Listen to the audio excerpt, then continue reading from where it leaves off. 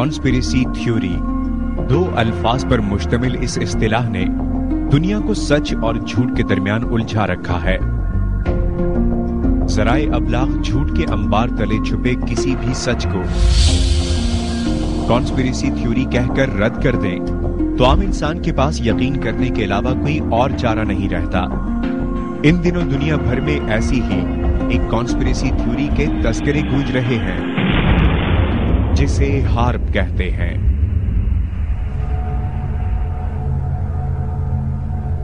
کہا جا رہا ہے امریکی سائنسدانوں نے ہارپ نامی ایسی ٹیکنالوجی ایجاد کر لی ہے جس سے موسموں میں مصنوعی تبدیلیاں لائی جا سکتی ہیں۔ ایسا ہے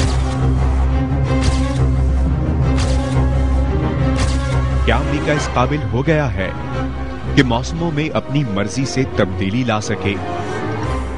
یا امریکی جارحیت کے خلاف بڑھتی ہوئی نفرت نے ہارپ ٹیکنالوجی کا یہ ہوا کھڑا کر دیا ہے؟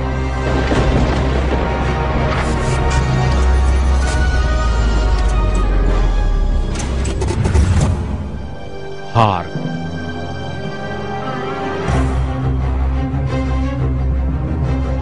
دنیا پر اپنا تسلط برقرار رکھنے کی خواہش میں انسان نے ایسے ہتھیار تیار کر لیے ہیں کہ اس زمین کو کئی مرتبہ تباہ کیا جا سکتا ہے۔ ہارپ ٹیکنالوجی کے بارے میں کہا جا رہا ہے کہ اس کے سامنے ایٹم بم کوئی حیثیت نہیں رکھتا۔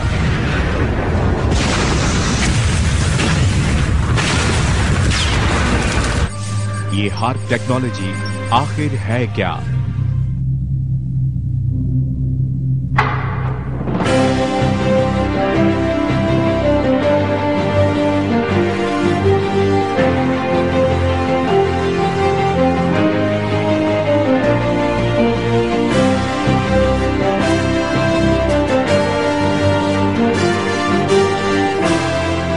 طالب ادراک نے اس گتھی کو سلجھانے کے لیے پاکستان میں آنے والے سیلاب کی چھان بین کی۔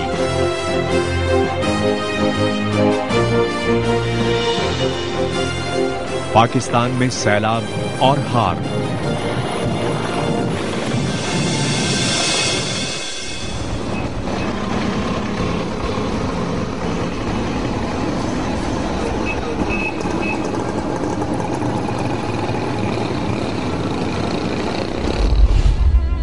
سرزمین پاکستان میں موسم برسات میں عموماً مونسون کے بادل مشرق سے آتے ہیں اور سردیوں کی بارش کے مونسون مغرب سے۔ لیکن اس مرتبہ جو پاکستان کی تاریخ کا بدترین سیلاب آیا اس سے پاکستان کی زرعی معیشت زمین بوس ہو گئی اور کروڑوں افراد بے گھر ہو گئے۔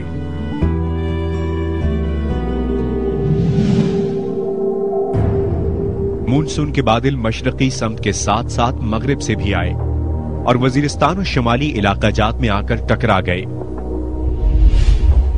اب ایسا کیوں ہوا؟ کیا یہ اتفاقاً ہوا یا مغربی سمت سے مونسون ہوائیں ہارپ ٹیکنالوجی کے ذریعے بھجوائی گئیں؟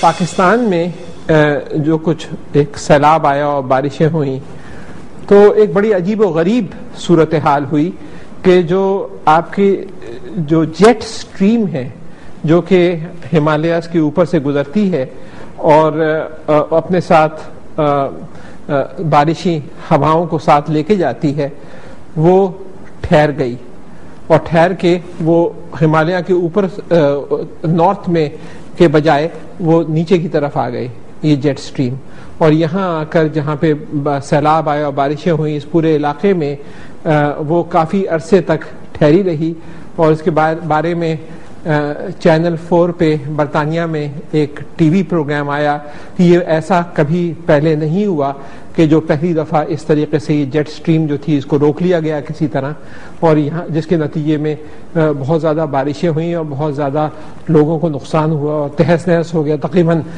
70 ارب ڈالر کا نقصان ایک ایسٹیمیٹڈ ہے کہ اس کی نتیجے میں ہوا ہے پورے ملک میں۔